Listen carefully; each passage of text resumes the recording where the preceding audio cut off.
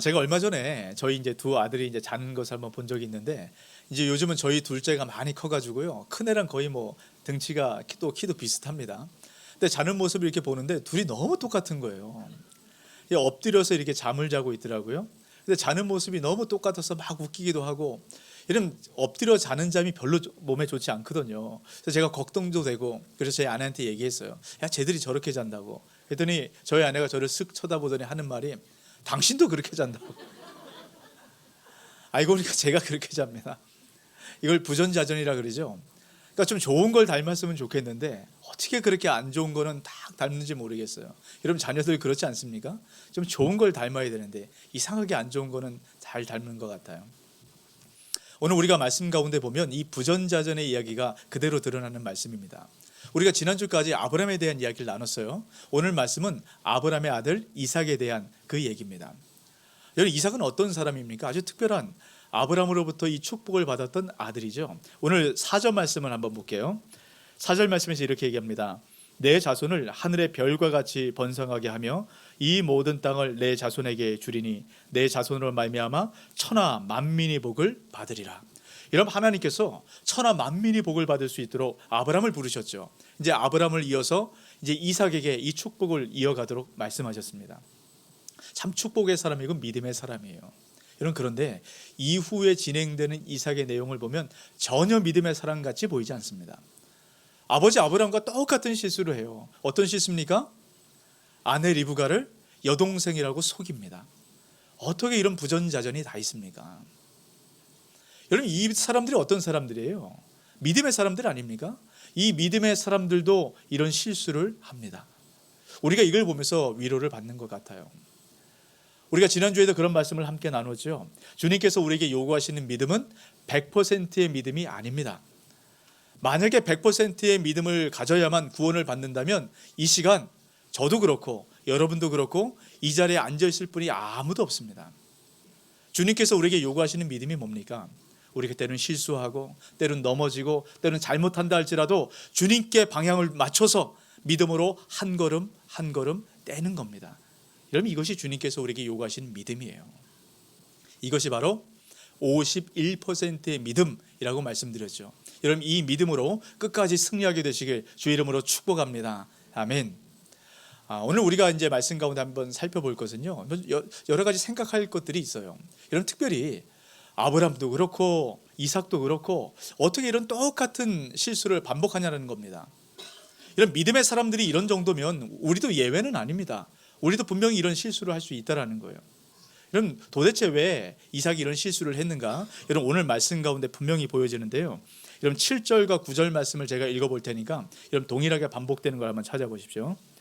그곳 사람들이 그의 아내에 대하여 물으매 그가 말하기를 그는 내 누이라 하였으니 리브가는 보기에 아리따움으로 그곳 백성이 리브가로 말미암아 자기를 죽일까 하여 그는 내 아내라 하기를 두려워함이었더라. 9절입니다.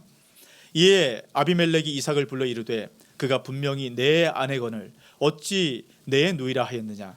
이삭이 그에게 대답하되 내 생각에 그로 말미암아 내가 죽게 될까 두려워하였음이로다. 여러분, 왜 이삭이 이런 실수를 했습니까? 죽을까 두려운 거예요. 다시 말하면 이 두려움이 이삭을 넘어지게 했다라는 겁니다. 여기 두려움이라는 것은 우리 모든 사람들에게 가장 일반적으로 보편적으로 갖고 있는 가장 기본적인 감정입니다. 우리가 어떤 두려운 상황 가운데 처하게 되면 이 두려움을 통해서 우리가 세 가지 반응을 하게 돼요. 멈춰서거나 피하거나 싸우는 겁니다. 근데 여러분, 이 두려움이라는 것은 사실 나쁜 것이 아닙니다. 우리 몸을 보호하고 우리를 보호하는 어떻게 보면 반사적인 보호 반응이에요. 그럼 만약에 골목을 지나갈 때 차가 확 달려올 때 여러분 멈추지 않고 그대로 가면 어떻게 됩니까? 큰 사고가 나는 거예요. 뭐가 날라올 때 이것을 피하지 않으면 우리가 다치는 겁니다. 이 두려움에 또 장점이 있어요. 그 장점은 무엇이냐면 우리가 두려운 대상과 맞서 싸울 수 있는 힘을 일으키는 동력이 바로 두려움입니다. 근데 여러분, 문제가 있어요. 이 두려움이 우리 가운데 우리를 보호하는 수단이 될 수 있지만 두려움에 지배당하는 순간, 두려움에 사로잡히는 순간 아주 이상한 현상들이 나타나게 됩니다. 이런 두려움에 사로잡히면요, 우리가 싸워야 할 대상을 오히려 피하게 됩니다. 또 이 맞서 싸워야 될 대상이 아니라 다른 대상에게 우리가 폭력을 가하는 이런 그런 일들이 나타나게 됩니다. 이삭을 통해서 그게 분명히 보여지게 되는데요. 지금 이삭이 두려움에 잡혀 있으니까 리브가가 어떤 행동을 합니까? 이런 리브가가 어떤 사람들이에요? 이삭과 함께 하나님의 축복을 이어갈 언약의 동반자입니다. 언약의 파트너예요. 근데 자기 살겠다고 지금 아내를 내팽개쳐 버리는 겁니다. 여러분, 사실 이런 이삭의 행동은 리브가에게 아주 폭력을 행한 그런 폭력적 행동이라고 볼 수 있어요. 왜 그러냐면요, 여러분, 당시의 시대적 상황을 보면 어떤 일이 있었냐면, 어떤 한 마을이나 도시에 이방인들이 들어갑니다. 그러면 그 여성들을 추행하는 일들이 많았다라고 얘기해요. 혹시나 그 여성에게 남편이 있으면 남편을 죽이고 그 여성을 강제로 빼앗아 갑니다. 여러분, 이삭이 이걸 아는 거예요. 그러니까 두려운 겁니다. 여러분, 당연히 두려울 수 있죠. 그럼 이 두려움 가운데 피해야죠. 이런 상황이 생기지 않도록. 만약에 이런 상황이 생기면 어떻게 됩니까? 맞서서 싸워야 되는 겁니다. 여러분, 이것이 우리가 두려움을 갖는 사람들의 모습인 거예요. 그런데 이삭이 그렇게 하지 않았죠.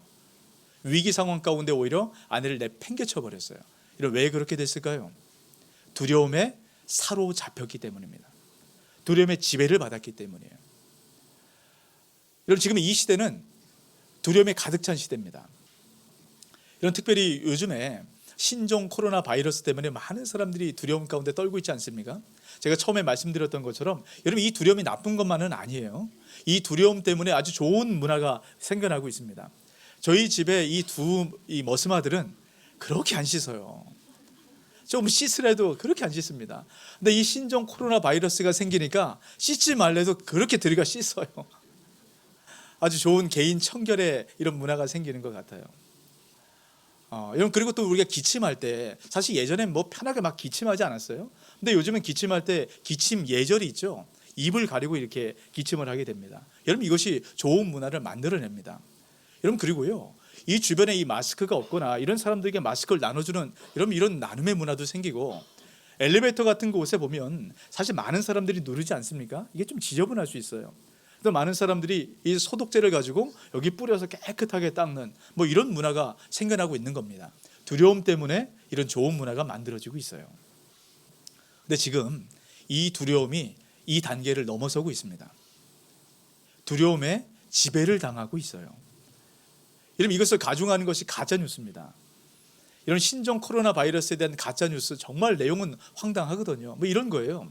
지금 우한에 좀비가 나타나고 있다는 겁니다. 좀비가. 이 바이러스 때문에. 그리고 사람이 이 바이러스가 눈만 마주쳐도 바이러스가 옮는다.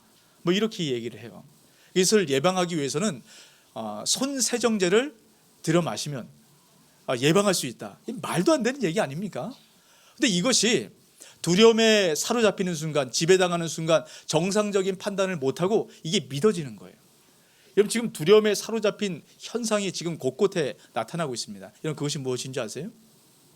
사람들을 서로 미워하고 혐오하는 일들이 나타납니다. 여러분, 이게 서로 간에 폭력을 가하는 거예요. 같은 중국 사람들 안에도 이런 일들이 나타나고 있습니다. 여러분, 유럽은 아주 심각한 문제가 나타나고 있다 그래요.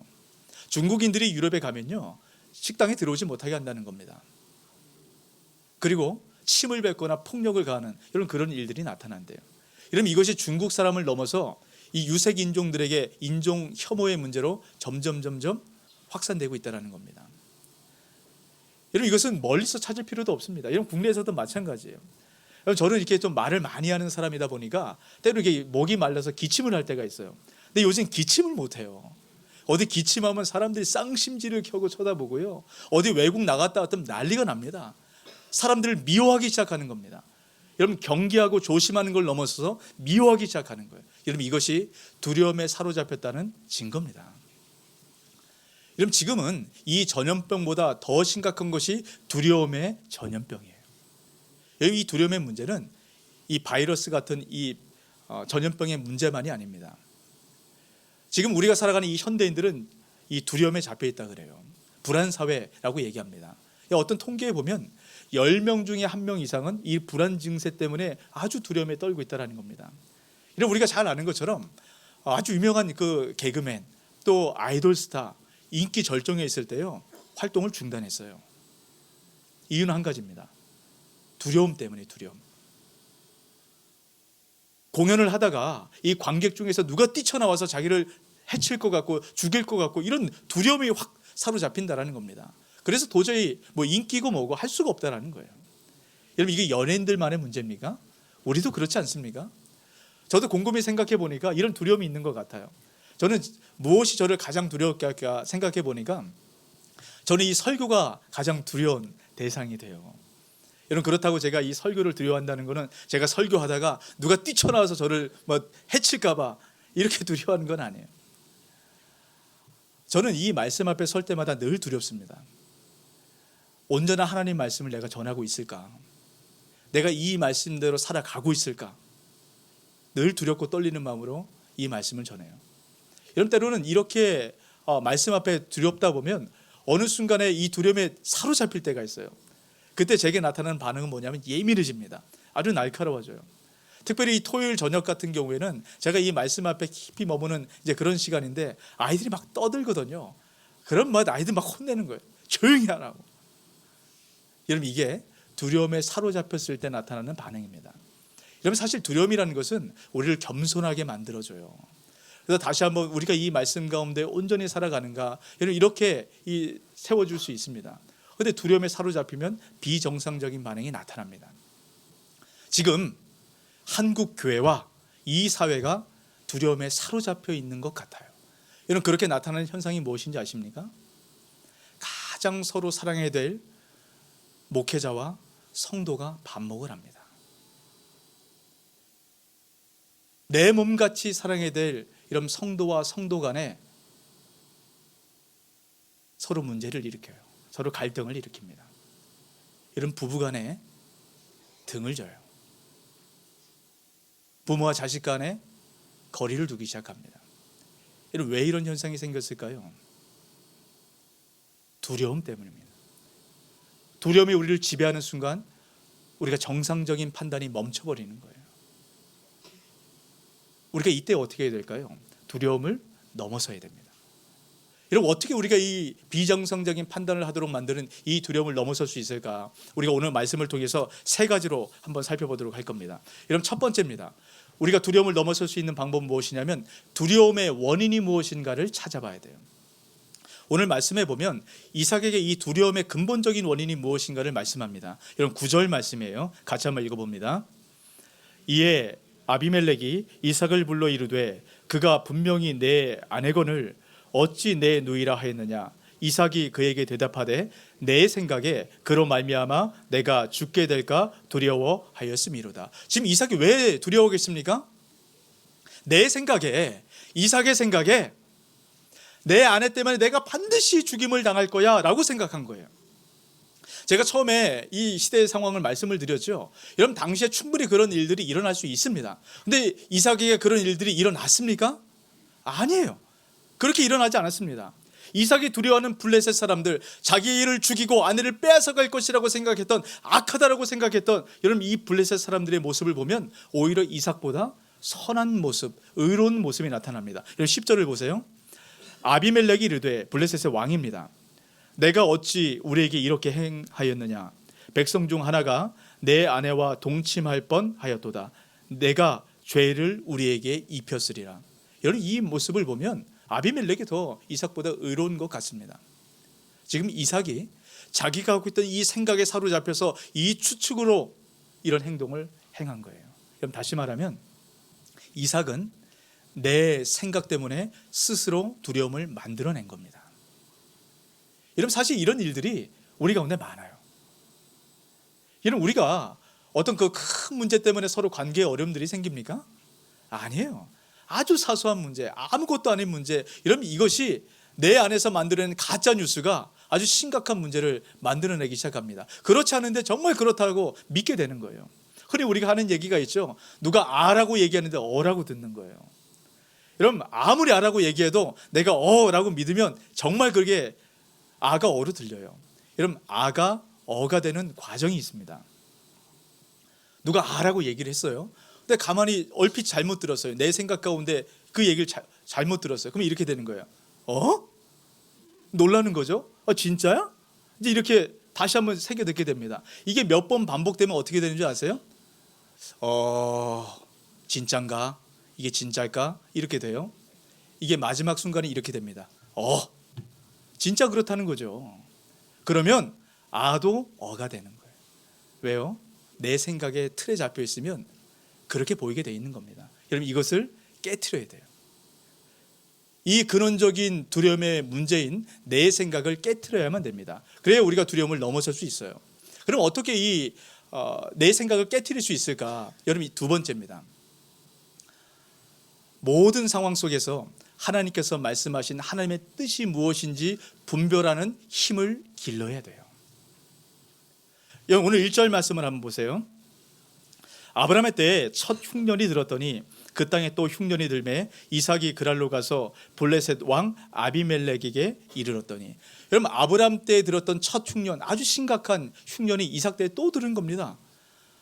그러니까 그 땅에서 살 수가 없는 거예요. 그래서 이삭이 애굽 땅으로 내려가야 되겠다라고 생각하면서 중간에 잠깐 그랄에 머문 겁니다. 여러분, 이 그랄에 머물렀다가 하나님께서 그랄에 머물라고 말씀하셨어요. 네가 이 그랄에 머물 때 내가 너를 축복하겠다라고 말씀하는 겁니다. 하나님 말씀의 명령에 따라서 그랄에 머물렀습니다. 여러분, 그때 이삭의 아내를 누이 동생이라고 속이는 이런 일들이 발생을 한 겁니다. 그러니까 흉년 때문에 그런 일들이 나타난 거예요. 근데 여러분, 가만히 보세요. 흉년 때문에 그 땅을 떠나려고 그랬어요. 근데 하나님께서 그 땅에 머물라고 말씀하셨습니다. 그럼 그 땅에 기근이 들어야 맞잖아요. 근데 흉년이 들은 그 땅을 하나님께서 어떻게 만들어준지 아십니까? 12절 말씀 같이 한번 읽습니다. 이삭이 그 땅에서 농사하여 그 해에 100배나 얻었고 여호와께서 복을 주심으로. 여러분, 흉년이 들었던 이 땅에 100배의 결실을 맺었답니다. 여러분, 이삭은 목축을 하는 사람이에요.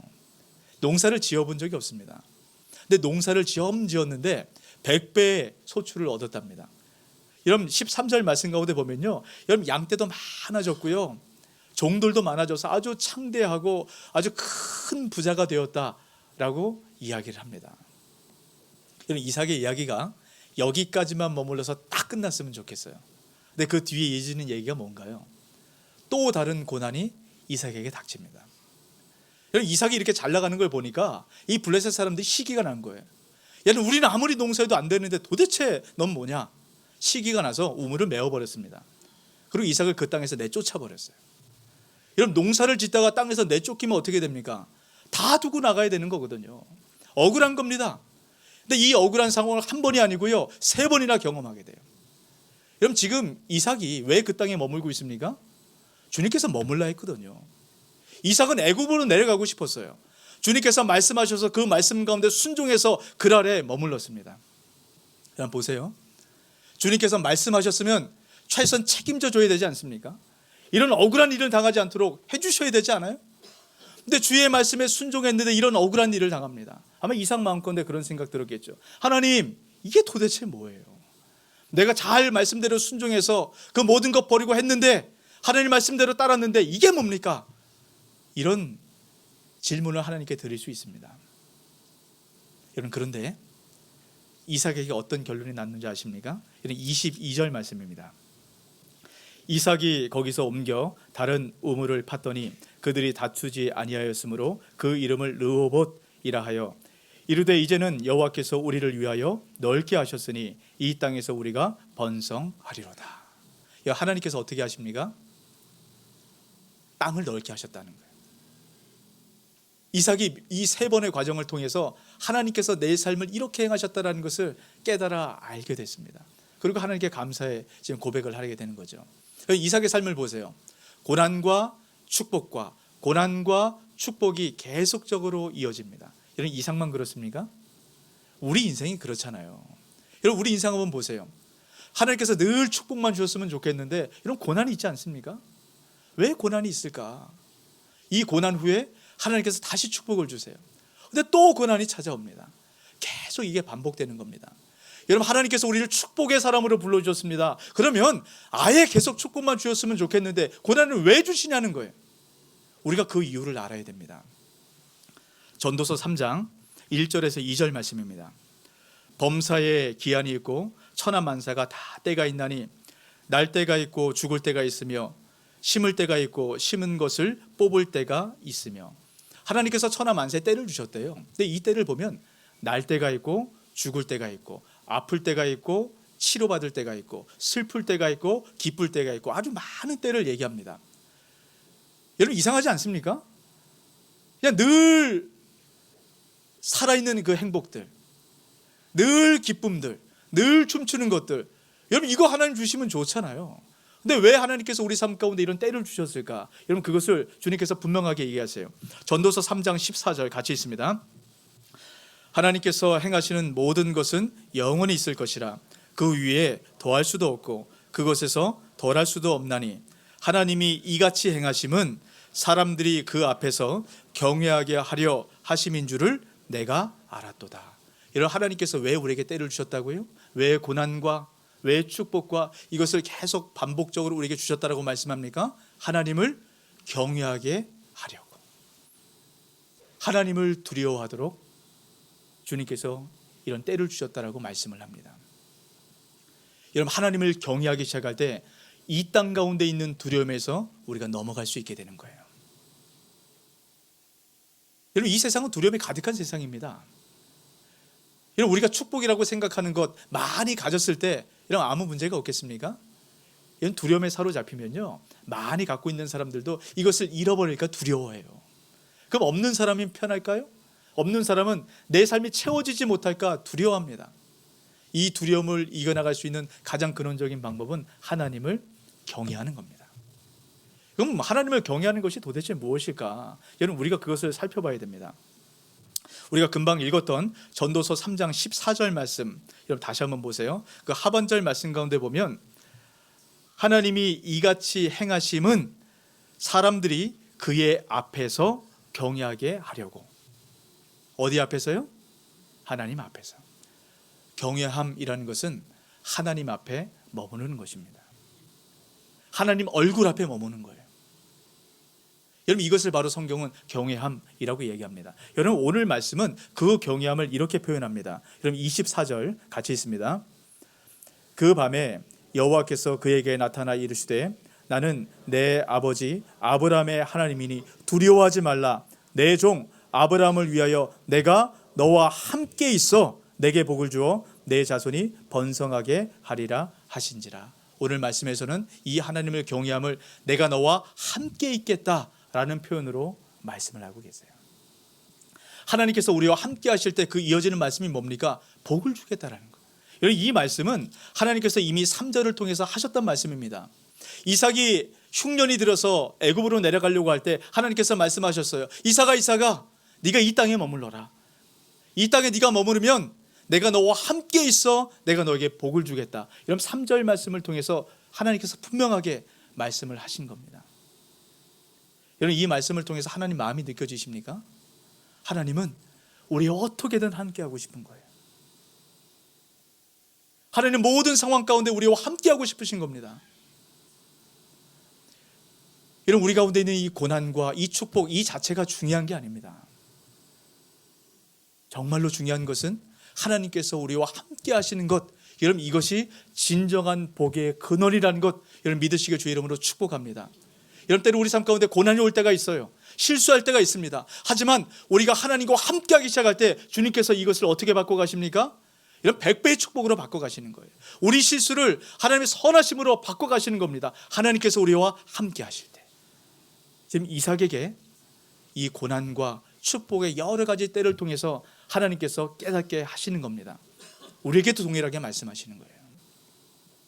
여러분 그러면 주님께서 우리와 함께 하심을 우리가 어떻게 경험할 수 있을까요? 주님께서 우리와 함께 하심을 경험할 때 우리가 두려움으로부터 넘어갈 수 있습니다. 여러분 이것이 세 번째입니다. 이 세 번째 방법은 가장 중요하고 핵심적이고 본질적인 겁니다. 여러분 잘 들으셔야 돼요. 요한복음 20장 19절 말씀입니다.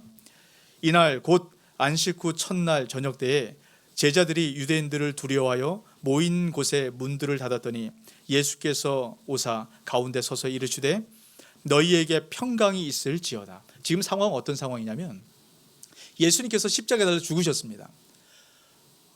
이 예수님을 따르는 이 제자들이 두려운 거예요. 야, 이거 어떡하나. 두려운 마음이 생겼습니다. 그래서 밖에 나오지도 못하고 집 안에 숨어서 유대인들에게 잡혀갈까 봐 덜덜덜덜 떨고 있는 두려움 가운데 사로잡혀 있었습니다. 그때 예수님께서 그 가운데 오셔서 말씀하시는 거예요. 뭐라고 말씀하셨습니까? 평강이 있을지어다.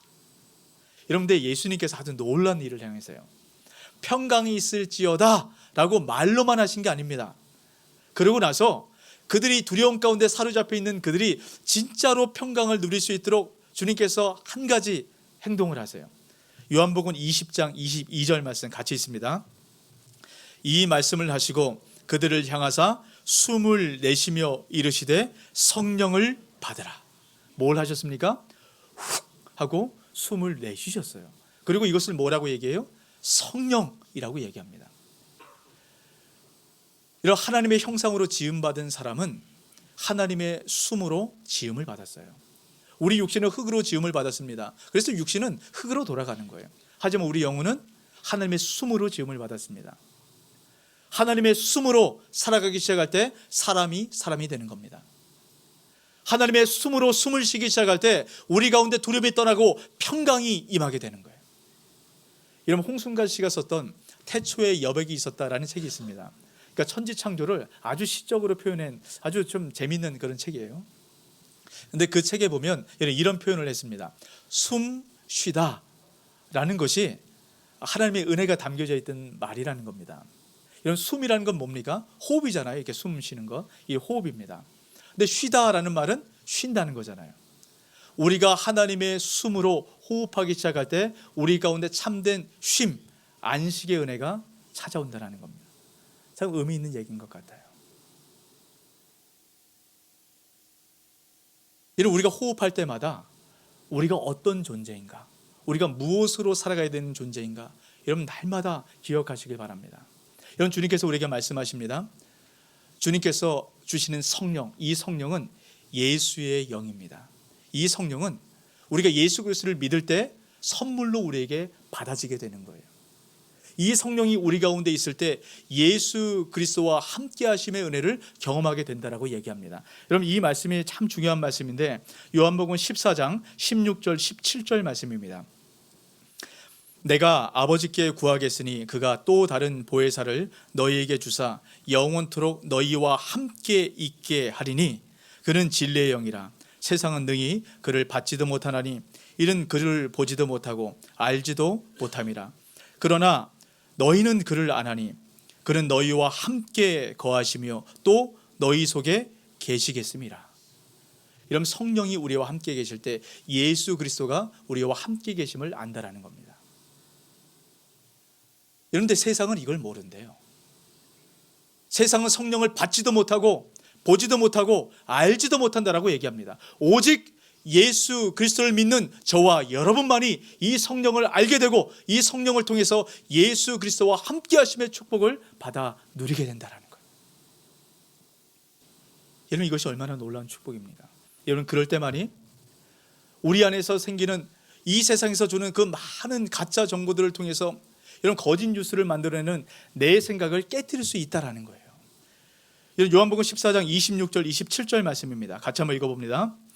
보혜사 곧 아버지께서 내 이름으로 보내실 성령, 그가 너희에게 모든 것을 가르치고 내가 너에게 말한 모든 것을 생각나게 하리라. 여러분, 이 말씀에 뭐라고 얘기합니까? 성령께서 이 세상의 생각들 말고 예수 그리스도께서 말씀하신 그 생각들, 예수 그리스도께서 이 땅을 보시는 그 생각들을 우리에게 넣어주신대요.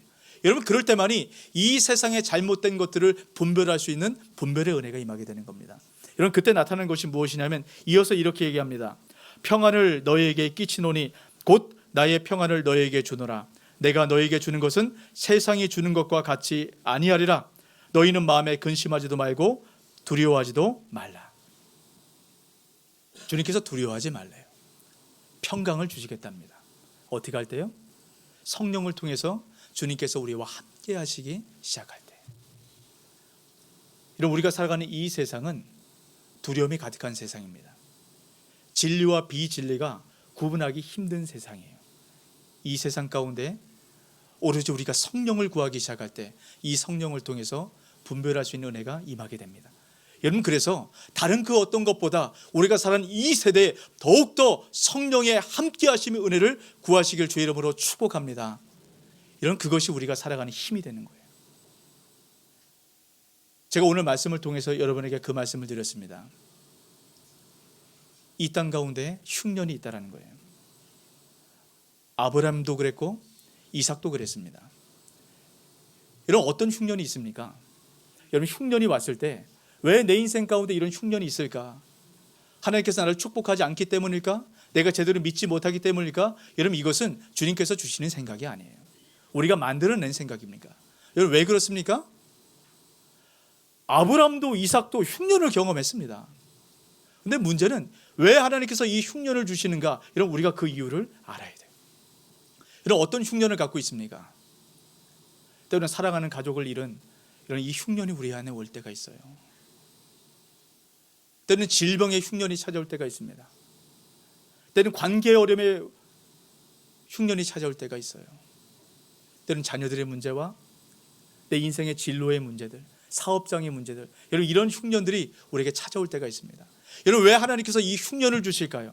우리가 이 흉년의 이유를 분명히 알아야 됩니다. 하나님께서 우리에게 흉년을 주신 이유가 무엇입니까? 우리와 함께하길 원하시는 거예요. 여러분, 흉년의 때에 주님께서 우리와 함께할 때 이런 어떤 은혜를 주십니까? 이런 100배의 축복을 하나님께서 우리에게 허락하신다는 거예요. 우리 삶 가운데 흉년이 있는가? 여러분, 이것이 사실 중요한 것이 아닙니다. 하나님께서 우리와 함께 하시는가 아닌가? 여러분, 이것이 우리의 축복의 여부를 결정하는 겁니다. 여러분, 주님께서 우리 삶 가운데 흉년을 주실 때가 있어요. 지금 이 나라에 또 온 세상에 흉년을 주셨습니다. 그 흉년이 무엇입니까? 전염병의 문제예요. 신종 코로나 바이러스의 문제입니다. 여러분, 이 문제를 우리가 두려움으로 주의하고 경계해야 되지만 두려움에 사로잡혀서는 안 됩니다. 여러분, 주님께서 왜 이 문제들을 통해서 우리가 말씀하시는 것, 도대체 이것이 무엇일까요? 여러분, 이것을 통해서 주님께서 우리를 부르시는 겁니다. 주님 앞으로 나오라고 말씀하시는 거예요. 여러분, 이때 우리가 이 말씀 앞에 순종해서 여호와께 돌아가기 시작할 때 우리 인생의 회복이 있고 이 한국교회의 회복이 있고 온 열방의 회복이 임하게 되는 겁니다. 돌아가야 돼요, 주님 앞에. 여러분, 주님께서 이 흉년을 통해서 우리 가운데 간절히 우리를 부르시는 주의 애절한 이런 주의 목소리를 들으셔야 됩니다. 여러분, 제가 마지막으로 한 말씀을 읽고 우리가 함께 기도할 텐데, 여러분, 이 말씀을 들을 때 이것을 여러분 주님께서 우리를 부르시는 주의 목소리로 들어보시기 바랍니다. 역대하 7장 13절 14절 말씀입니다.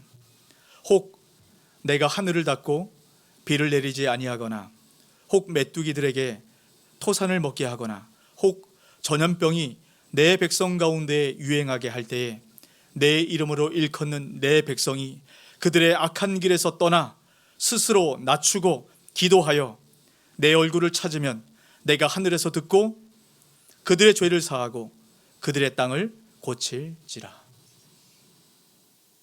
이런 주님께서 왜 이 전염병을 통해서 우리에게 말씀하시는 것이 무엇인지 여러분, 이걸 들으셔야 돼요. 여러분, 사단은 끊임없이 이것들을 통해서 우리를 두려움에 사로잡히게 합니다. 하지만 우리는 이걸 통해서 두려움을 넘어서야 됩니다. 주님께서 우리를 부르시는 그 부르심 앞에 반응하는 거예요. 여러분, 주님께서 부르실 때 그 부르심 앞에 순종할 때 회복이 임하는 겁니다. 여러분, 기대해 보세요. 여러분, 인생 가운데 흉년이 있으세요? 주님께서 우리에게 흉년을 주시는 이유는 우리 인생을 회복하기 위함입니다. 여러분, 이 땅 가운데 전염병이 있는 이유는 주님께서 우리를 회복하기 위함입니다. 한국교회를 회복하고 온 열방을 회복하실 하나님의 음성이 지금 우리 가운데 들려지는 겁니다. 여러분, 이때 우리가 겸손함으로 주님 앞에 반응하는 거예요. 여러분, 우리가 먼저 주님 앞에 그렇게 반응해야 됩니다. 이 세상 사람들은 이 주님을 모르기 때문에 두려움에 잡혀 있습니다. 여러분, 이때 우리가 두려움을 넘어서서 평강의 은혜가 무엇인가 우리 삶의 가운데 경험하고 두려움 가운데 잡혀있는 많은 사람들에게 평강을 전하는 것입니다. 여러분, 이것이 하나님 나라의 백성의 사명이고 삶입니다. 여러분, 이 삶 살아내시길 주의 이름으로 축복합니다. 아멘.